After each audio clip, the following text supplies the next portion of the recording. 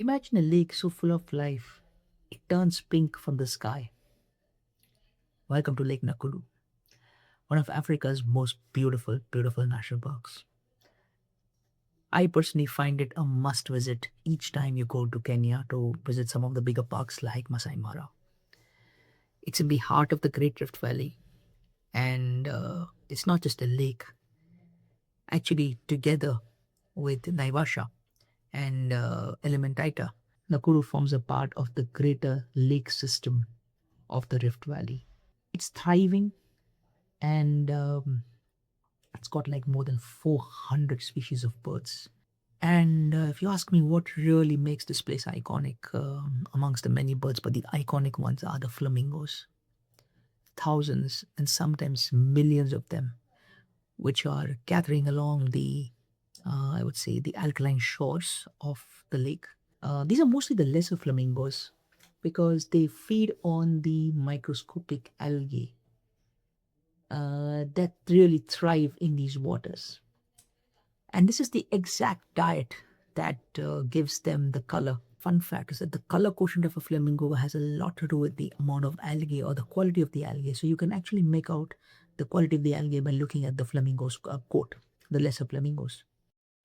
You'll also spot the larger and the more elegant greater flamingos, but they are just a fewer in number.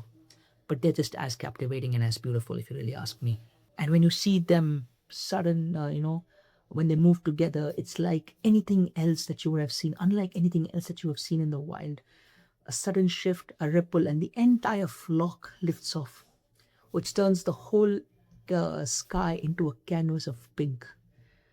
And that's why a lot of the photographers come here to shoot these sites, because from a composition point of view, the blue skies, the water, and the flamingos, it makes for outstanding, stunning shots. But if you just think Kuru is all about flamingos, well, that's not the case. It's got a lot more. If you look closer, you'll discover an incredible diversity of bird life. You have greater white pelicans, which work together in a perfect coordination to herd the fishes.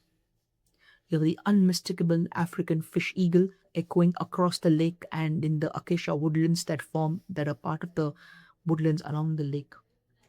You have yellow-billed storks, herons, cormorants, and all of them playing a vital role in the delicate ecosystem. And of course, this is where the water meets the land. So where the algae feed the flamingos, and where the birds in turn actually support a much larger web of life. And that's why we think that Lake Nakuru is a critical stopover for your itinerary. It's also a haven for migratory birds, which actually makes it the hotspot for global biodiversity. And what really makes this special is how everything here is actually connected. The lake, then there are the forests, the grasslands, all working together in this perfect balance. That's why I always tell people is that when you are looking to do Kenya, and of course a lot of the clients that we talk to want to work with the Masai or to visit Masai Mara, I really tell them that if you have time, you should actually do a pit stop at Nakuru because it really sets the tone for your larger tracking of game in Masai Mara. And of course, what very important thing is it's so small, Nakuru, but you don't mistake yourself to believe that there is no game here. There's a lot of wildlife. In fact, in another video, I'll be talking about the wildlife of Nakuru. But in a day, I would rarely believe that you would have seen so many animals that you see in Nakuru, birds and animals combined. Even in the Mara, it can get tough. But Nakuru, yet I can assure you that you'll have much more value for the money in terms of the absolute number of species that you can keep clicking and keep checking.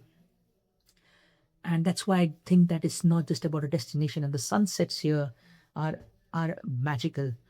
Here you see the valleys, the sun moving around the valley, and then there are a lot of animals and birds that are active at night. You get to see a lot of them as well.